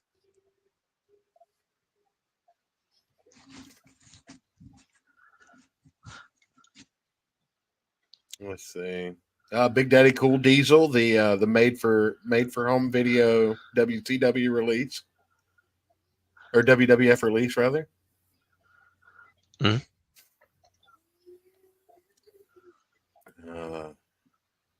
He does get a feature on every WCW and WWE documentary, doesn't he? Mm-hmm. He does. You know what's fucked up? You guys have all seen me. My dad kind of looked like Kevin Nash if Kevin Nash would have only been 6'3" instead of like 6'10". But the same body weight? No, he had the same body type, not weight. Fuck you for calling me fat, by the way. I caught that. No, I was talking about your dad. Yeah, I'm sure. So, if we want to go with with stuff to talk about, let me finish talking about my my Magic deck. Well, I am actually building Arcades the wall deck. I got something else to talk about. We can talk about Magical Girl Superman. No. I don't want to talk about it. Yes. I want to be angry about it. I don't wish to be angry. I wish to be happy. So, in Magical Girl Superman, there's a Council of Lois Lanes that was invented by 1941 Lois Lane from the original. We were fucking tired of councils last episode. We did. It's worse. It's worse because I know when I responded to this, I know that the response was, well, it's also the Council of Reeds. No, it's not. It is expressly the Council of Ricks because they made Jimmy Olsen Lois Lane's Morty.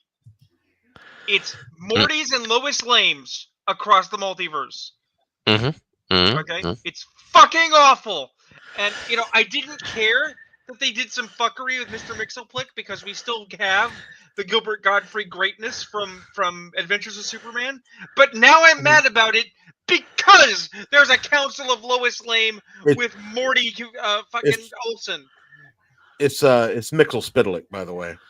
I don't care. I don't give a shit. It's fucking wrong. Also, the ninth commander deck that I built that I forgot about, Squirrel Tribal.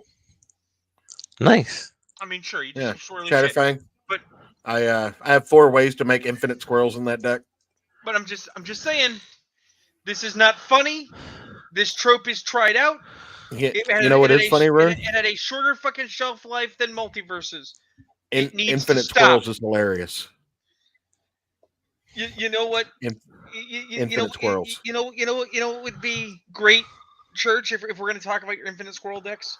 You don't call it walls in the squirrel deck to keep the immigrants out. No, you don't call it you don't call it your squirrel tribal deck. You call it the Council of Squirrels. There you go. That's how you do a joke. That's how you do a fucking joke, people. No. What you do is you make the squirrel deck part of a Scientology themed deck. That's if you want to go with the deep cut. So, Rune, do you know what squirrel means in the Scientology references? I do not, but I have to ask, do you then call the deck Battlefield Earth? Well, I think you here's the should. great thing. Here's the great thing about making proxy cards on a playing card website instead of giving wizards money. Instead of using a regular arcane signet that they print hundreds and hundreds of, my arcane signet is an acorn signet. Because you're My squirrely. Cabal Coffers has a squirrel on it.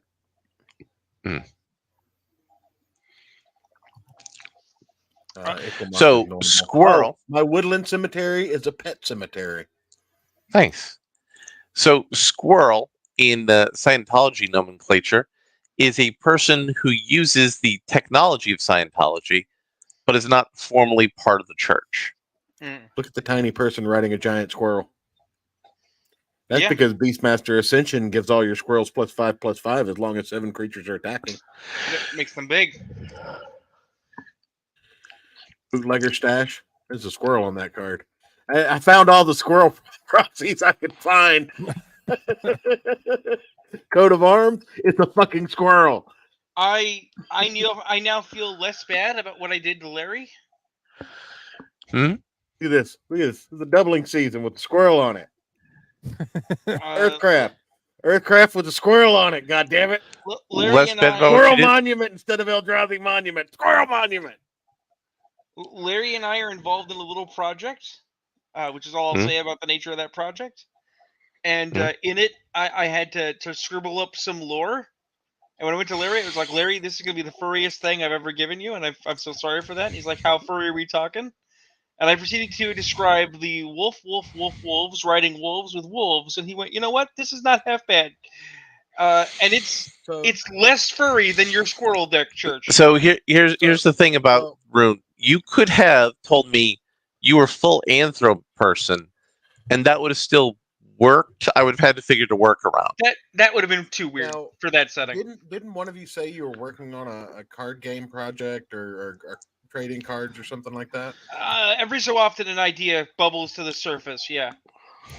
Okay, well, if you ever need a playable like prototype, let me know. Because I'll turn you onto this website that I use. It's literally, I'll tell you right now, it's makeplayingcards.com. Okay. And on Magic the Gathering quality cardstock, you can get up to 600 cards printed for $122. Oh, that's damn. That's nice. With custom fronts and backs. So it doesn't have to be anything in particular. And I can help you format the art to submit so that it'll print correctly. Because you have to have a full bleed and all that stuff. But that's how I print all my Magic cards these days, because Wizards of the Coast has told me they don't want my money anymore. Right. Well, I mean, you're a phobe and an ist and a church and a building. And also, not only the goal that, is they priced me out of Magic the Gathering by charging double the price for Lord of the Rings shit, even though the materials that cost to make is the same and the licensing didn't cost them jack or shit. Well, you know why they're pricing you out. Well, I mean, there is a reason. Why? What is that reason? They're wanting to go to digital. Yeah, they're wanting to eliminate. I see. I will literally. There are 50,000 individual Magic cards. I will literally print all of them in 4-ofs and continue to play the game at my leisure. So you were in fact saying, Larry, you're trying to bring this back around to D&D and get me angry again. Yes. Okay, because that was a conversation that I had recently, trying to explain to people that the option of owning physical media should not be a fucking privilege. If I have the money, it's the goddamn right. And that I do not like the idea of people hiding my shit behind digital subscription models and then having the freedom to change, alter, or take away anything from me at any time. Well, at Rune, their it's leisure. even worse. It's even worse than that. Do you know that if you haven't read the fine print of your I don't know if you own a PlayStation or not, but if you haven't read the fine print of your PlayStation, that PlayStation reserves the right to come and confiscate your fucking system from you after you bought it. Yep. I mean, I direct their attention to a little song that has gained a lot of attention recently called "Try That in a Small Town." I direct their attention to my 45. Exactly. But no. This was a conversation about D&D, about the D&D and D&Ds, because they are making it harder to get books. They're making those books more expensive, and most recently, I believe I mentioned last week that there's a Marvel role-playing game with a virtual tabletop component, and you cannot buy a PDF. You must either buy it physical, or you must get a virtual tabletop that is Roll20 compliant, which means you have to have a Roll20 subscription to utilize it. Mhm. And because it is wholly digital, they can alter it, change it, and take it away at their leisure. Which means you don't fucking own it. It'll be on that fucking that digital tabletop on Steam in a week if it's not already. Oh, I'm sure. But the thing is that Speaking of Steam, but in order to actually get that book in a PDF format, not that I'm telling anyone they should do this, I'm not advising to anyone that they should absolutely do this, because that would be unethical and immoral. But if you don't like WotC, I'm not responsible for what you, the end user, do with your physical material. They would have to break the spine of their book, pull the pages out, photocopy them one at a time into an electronic format, and then put them together as a PDF. And that's what's their the name business. of this book? I will look it up. I believe it is Marvel Multiverse Role Playing.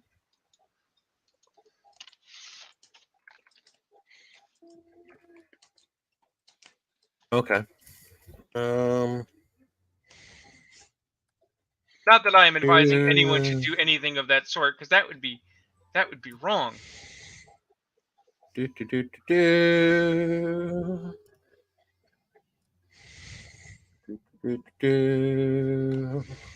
Yeah, there it is. It's a Marvel Multiverse RPG core rulebook.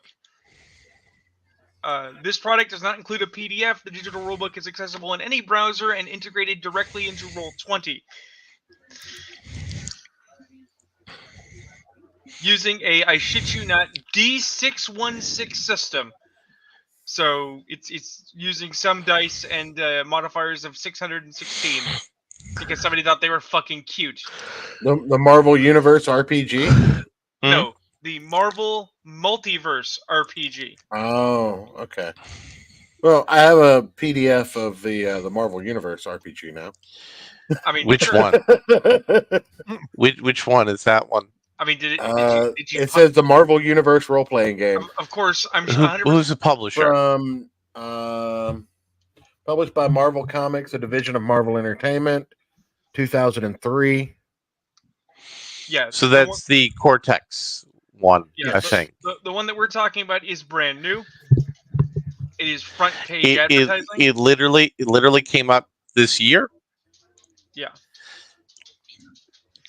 Package includes digital core rulebook, complete digital rule set designed by Matt Forbeck, available on Roll20 and Roll20 companion app. Drag components from the core rulebook directly onto your character sheet, populating instantly with necessary information. Build your characters in minutes from the Roll20 character builder coming 2023. Over 100 Marvel heroes and villains as pre-generated characters to drag and drop into any of your Marvel games. Each comes with ready-to-play character sheets, one-click rolls and abilities, and associated artwork. So, literally, at this juncture, if you buy this, you can't even make your own character because you can't design your own character because they want you to use pre-mades. And when you can make your own character, well, why the fuck would you? Because you're pulling it from the book, which means if you have a particular mechanic you like, you can't legacy it because if they update it, your book's digital and you're fucked. Have a nice day. Art pack with token art. Yeah, art pack with token art, bonus token marker set, Marvel Multiverse RPG, the Cataclysm of Kangs adventure preview. because of course they want to sell a Kang book. There's also a scroll book. No. This link goes to the virtual tabletop. What, the one It that says I shared? specific. No, the one that is that the one that's in the link there. Yeah, the one that I You know, shared. that is the one you shared. Yeah, that's the one. That's the only one. You can't actually get the book. It doesn't have a PDF. You have to buy it physical.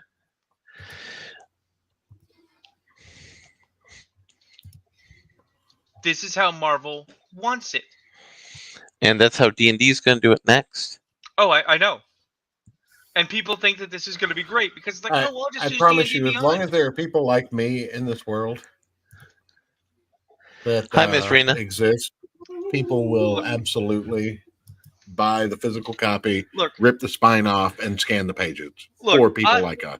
Look, I'm not saying that anyone should rip WotC or Marvel off, but I am saying that if you're at a college campus listening to this at some hour of evening, remember that you're already paying to go to that school and you have free access to the printers 24 hours a day.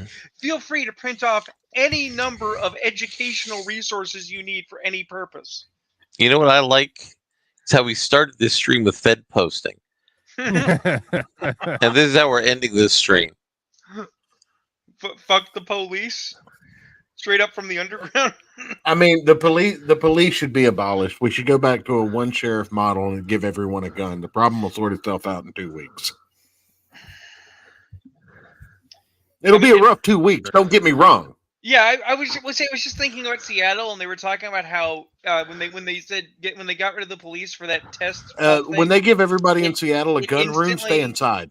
No, that's the thing. It instantly turned into local warlords, but it's like, no, if you actually gave everyone a gun, well, that would sort itself out quite shortly. Mm-hmm. It really would. Just stay inside for 2 weeks. If you're a law-abiding citizen, just stay inside for 2 weeks. The criminals will kill themselves off. Oh yeah, no, I'll talk to my boss. I'll take paid vacation. I'll sleep for 2 weeks. There you go. That's right. You're in Washington. You're not in Oregon.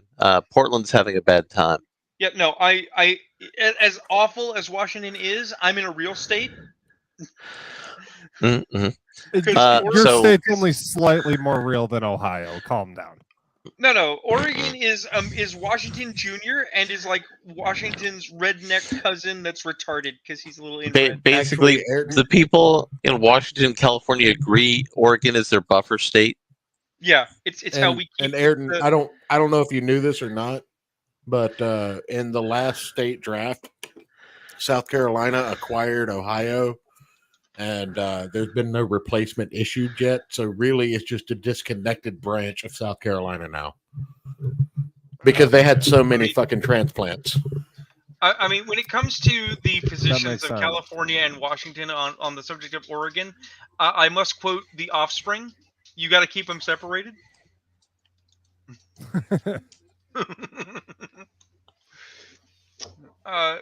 We have more in common with Idaho than Cali.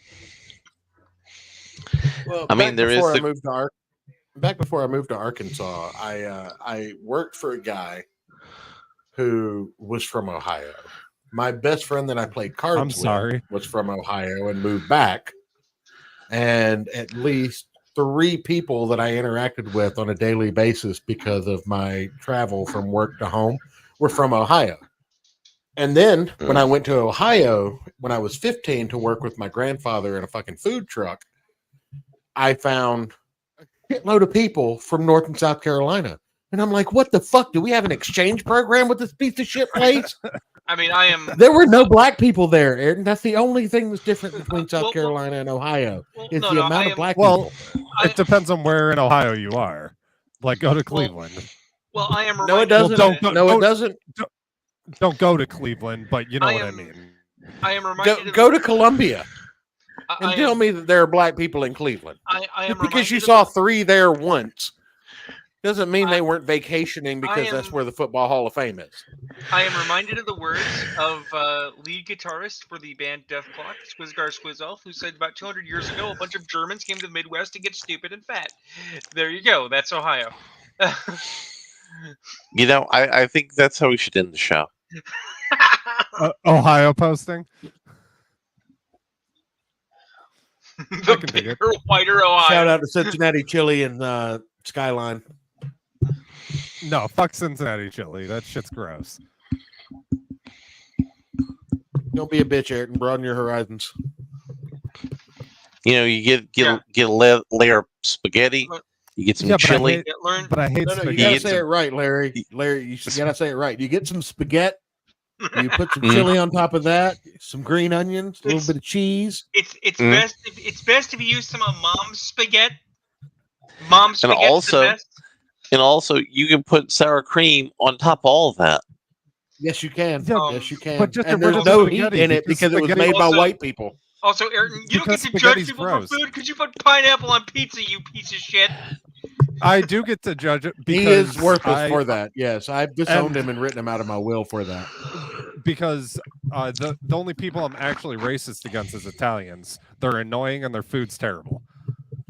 Italian Fuck food you. sucks. You're wrong. You're wrong. Pizza. You don't get to talk shit about Italians. You're That's wrong. why I put I put pineapple on pizza, despite the chicken Italians. parmesan It's is fucked better up. than anything you'll ever cook. it's Fuck not. you. You're wrong. No, it's not. It is. Actually, It is. Church, Chicken parm is pretty amazing.